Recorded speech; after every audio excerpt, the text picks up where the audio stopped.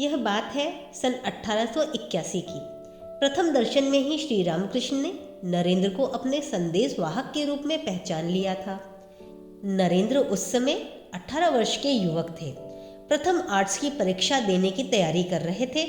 दूसरी ओर उनका सत्यान्वेषी, अध्यात्म पिपासु हृदय सत्य की खोज में व्याकुल था। महाविद्यालय के प्रधानाचार्य हिस्ट्री साहब ने एक दिन समाधि के प्रसंग में बताते हुए दक्षिणेश्वर के श्री रामकृष्ण का उल्लेख किया। उनसे यह सुनते ही नरेंद्र अपने 2-3 मित्रों के साथ एक दिन दक्षिणेश्वर के काली मंदिर जा पहुंचे। पहले दिन नरेंद्र ने पश्चिमी दरवाजे से श्री रामकृष्ण के कक्ष में प्रवेश किया। श्री रामकृष्ण ने देखा उनका अपने शरीर की ओर कोई ध्यान नहीं था। सिर के बाल और वेशभूषा अस्त व्यस्त थे। शरीर पर थी एक मैली चादर। आंखें देखकर समझ गए कि मन अंतर्मुखी है। उन्हें लगा कलकत्ता जैसे विषयी लोगों के निवास स्थल में इतने बड़े सत्व गुणी आधार का होना क्या संभव है। श्री रामकृष्ण के अनुरोध किए जाने पर नरेंद्र ने 2 गाने गाए। दोनों ही गाने उनके आंतरिक वैराग्य और ईश्वर प्रेम के परिचायक थे। गाने समाप्त होते ही श्री रामकृष्ण अचानक नरेंद्र को घर के उत्तरी बरामदे में ले गए। उस समय शरद ऋतु थी। बरामदा चटाई से घिरा हुआ था।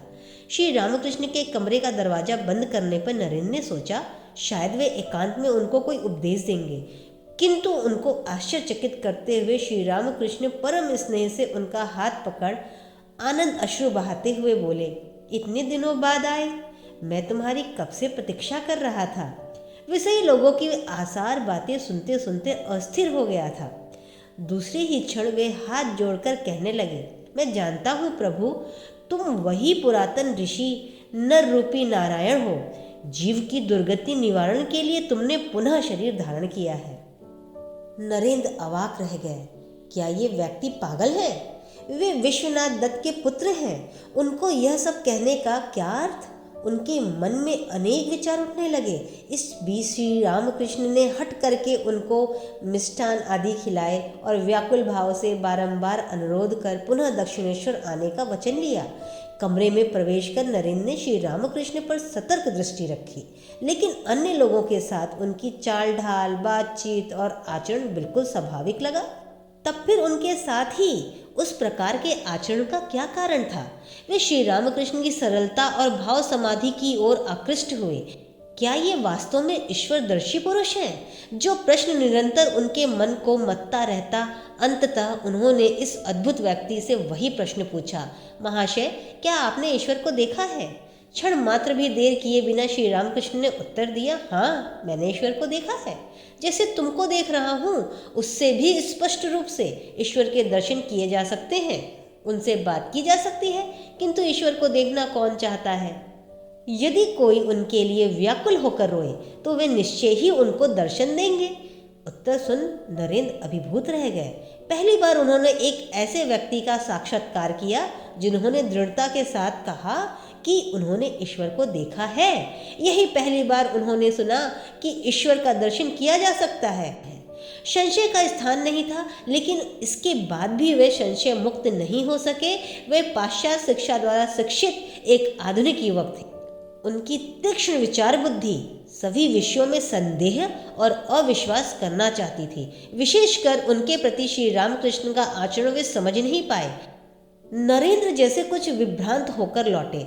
उन्हें बार बार ऐसा लगने लगा कि ये व्यक्ति पागल हो सकते हैं। फिर भी ईश्वर के लिए ऐसी उन्माद जगत में विरल है। पागल होते हुए भी ये महापवित्र, महात्यागी हैं, अतः मानव हृदय के श्रद्धा और सम्मान के अधिकारी हैं। द्वितीय दर्शन के समय और भी अद्भुत घटना घटी। उस दिन श्री रामकृष्ण दक्षिणेश्वर के अपने कक्ष में एकाकी बैठे थे। नरेंद्र को देखकर वे आनंदित हुए और 2-4 बात करके ही वे भावाविष्ट हो गए। तत्पश्चात अस्पष्ट स्वर से कुछ कहते कहते नरेंद्र की ओर देखते हुए धीरे धीरे उनकी ओर बढ़ने लगे। पिछले दिन का अनुभव स्मरण कर नरेंद्र के सतर्क होने के पहले ही श्री रामकृष्ण ने उनको छू लिया। क्षण मात्र में नरेंद्र को एक अद्भुत अनुभूति हुई। उन्होंने देखा कि दीवार, घर, मंदिर, उद्यान आदि सब दृश्यमान वस्तुओं के साथ समग्र जगत घूमते हुए न जाने कहाँ विलीन होता जा रहा है। उसके साथ उनका शुद्र अहम भाव भी महाशून्य में विलीन होता जा रहा है। वे भय से घबरा उठे, तो क्या उनकी मृत्यु समीप है? वे चिल्ला उठे, अरे आपने मुझे यह क्या कर दिया? मेरे माँ बाप जो हैं। उस अद्भुत व्यक्ति ने तब हंसकर उनकी छाती को स्पर्श करते हुए कहा, तो फिर अभी रहने दें, एकदम ही होने की कोई जरूरत नहीं है, समय आने पर होगा। इस स्पर्श से नरेंद्र की पूर्व स्वाभाविक अवस्था तत्क्षण लौट आई। नरेंद्र को दृढ़ विश्वास हो गया कि यह व्यक्ति निश्चय ही सम्मोहन विद्या जानते हैं, नहीं तो स्पर्श मात्र से क्या इस प्रकार का भावांतर संभव है। उनकी प्रबल इच्छा शक्ति के बारे में नरेंद्र सचेतन थे। एक उन्मादी के प्रभाव के समक्ष इस इच्छा शक्ति के पराजय होने से उनका अहंकार अताहत हुआ।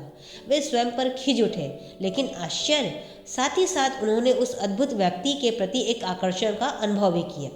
इसके बाद श्री रामकृष्ण का आचरण बिल्कुल सहज और स्वाभाविक हो उठा। उन्होंने उनके साथ पूर्वज सस्नेह व्यवहार किया और पुनः आने का वचन देने के बाद ही उनको जाने की अनुमति दी।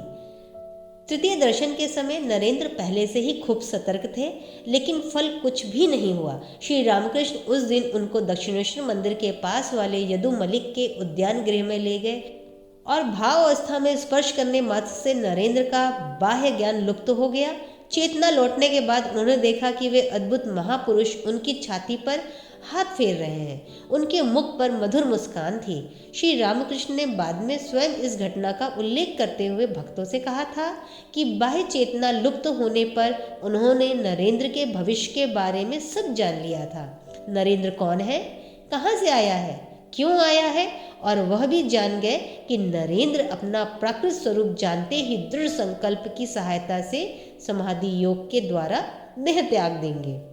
श्री रामकृष्ण प्रायः कहते थे कि नरेंद्र सप्त ऋषियों में से एक है। समाधि अवस्था में उनको नरेंद्र के संबंध में जो दर्शन होते थे, उनका वर्णन वे अन्य लोगों के सामने करते। एक दिन उन्होंने देखा कि एक अखंड ज्योतिर्मय राज्य में 7 ऋषि समाधिष्ठ होकर बैठे हैं। उनके अंग दिव्य ज्योतिर्मय है। सहसा देखा कि ज्योतिर्मंडली के एक अंश ने घनीभूत हो एक दिव्य शिशु का आकार धारण किया। तत्पश्चात इस दिव्य शिशु ने सप्त ऋषियों में से एक के पास जाकर आलिंगन पूर्वक अमृतमय वाणी से ऋषि को समाधि से जगाने की चेष्टा करने लगा। क्रमशः गहन समाधि से जाग ऋषि ने देव शिशु की ओर प्रसन्न दृष्टिपात किया।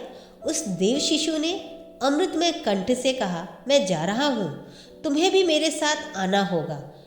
प्रेम पूर्ण दृष्टि से सम्मत होकर ऋषि पुनः समाधि मग्न हो गए।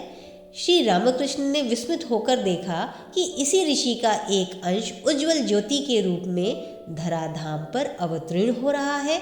नरेंद्र को देखते ही वह पहचान गए कि यही उस ऋषि का अवतार है। समझ में आ जाता है कि श्री रामकृष्ण स्वयं वह देव शिशु थे। उन्हीं के अनुरोध पर इस पृथ्वी पर लोक कल्याणार्थ उस नर ऋषि का अवतरण हुआ। तो इस तरीके से हम लोग ये समझ पाने में सक्षम हुए किस तरीके से स्वामी विवेकानंद जी ने श्री रामकृष्ण परमहंस को अपने गुरु के रूप में स्वीकार किया।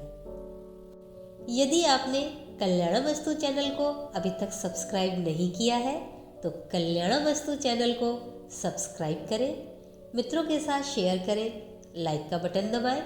आपके कमेंट सेक्शन में कमेंट लिखने से एक पॉजिटिव एनर्जी का एहसास होता है। यहाँ तक वीडियो को देखने के लिए आप सभी का बहुत बहुत धन्यवाद।